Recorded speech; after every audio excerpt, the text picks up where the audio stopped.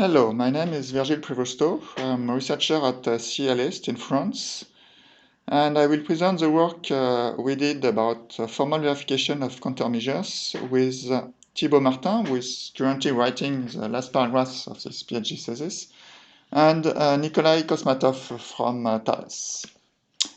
So first, let me present briefly what these countermeasures are about.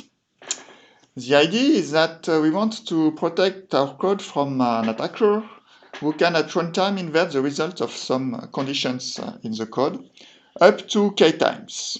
Typically k equals 1, but this can be more.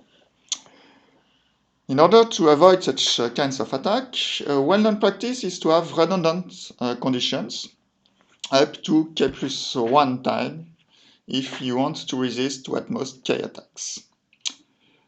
To take a more concrete example, in order to avoid an attack that would bypass an authentication check, we check twice whether password and secret are equal and return directly if this is not the case, so that even if an attacker reverses the first result, they won't be able to access the protected area thanks to the second test.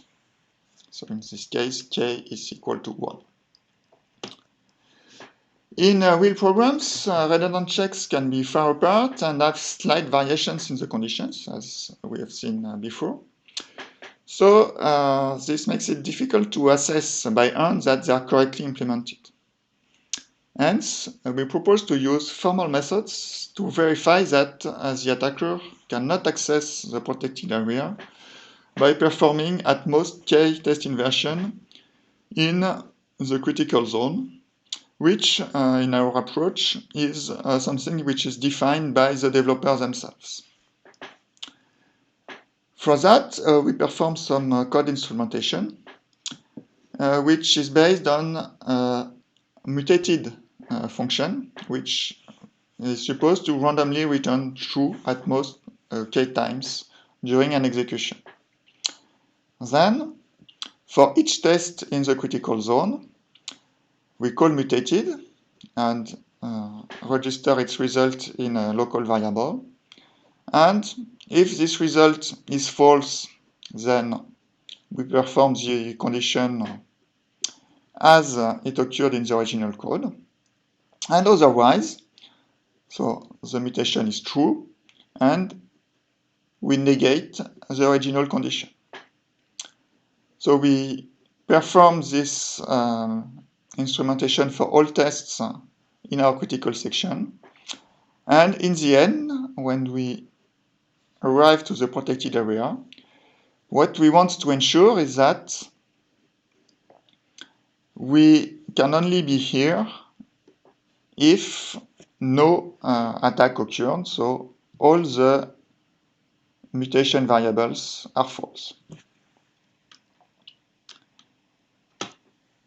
In order to do that, in practice, we rely on the Pharmacy platform for C program verification developed at CList. And more specifically, we use first the lannotate plugin, part of the LTest toolset, which is dedicated to program testing. lannotate instruments the code and sees our check as a test objective in the LTest framework. Given this test objective, we can then use loncov, which is another plugin which attempts to check that a given objective is not coverable, so it cannot be attained by any test case. For that, it in particular in our case calls a WP plugin, which performs some deductive verification, so generate some proof obligations that are discharged by external theorem provers. All these tools are available under the LGPL license from the main Pharmacy website. In addition to the implementation itself, we have assessed it against a real code case study, namely the code of the bootloader of Wookie, which is a secure USB storage platform developed in open source and open hardware by the ANSSI, the French cybersecurity agency, in order to showcase various good coding practices in terms of cybersecurity. The bootloader is responsible for various integrity checks before giving the floor to the OS itself. And of course, in some cases, we have security critical sections in which there are countermeasures. We identified namely 11 of them, of which we were readily able to prove 9 correct. One, we were not able to prove it, but we are quite confident that by writing manually a bit more formal annotations, we could convince WP that in fact everything is correct.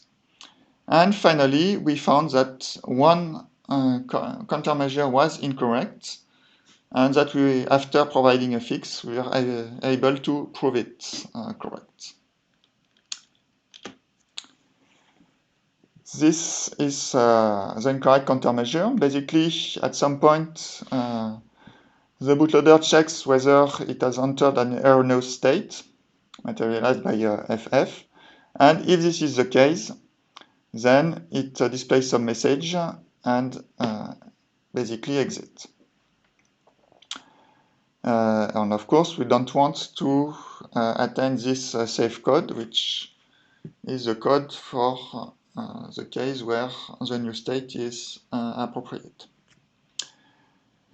In the original version, if an attacker reversed the test from true to false, then, because of the short circuit of the AND in C, we don't perform the redundant check and bypass completely this portion of the code and attain the safe code, although the new state is erroneous. Of course, the obvious fix is to change the conjunction into a disjunction. In that case, the countermeasure is correct. We have to have an attacker which performs 2 attacks on this one, on this condition and on this condition, in order to bypass this branch and arrive in the safe code with an erroneous new state. And in this, with this code, we are able to prove that everything is correct. So, in summary, we have designed and implemented a new method for proving the correctness of redundant check-based countermeasures. We have also shown that it can be successfully applied to a real case study, namely Wookie.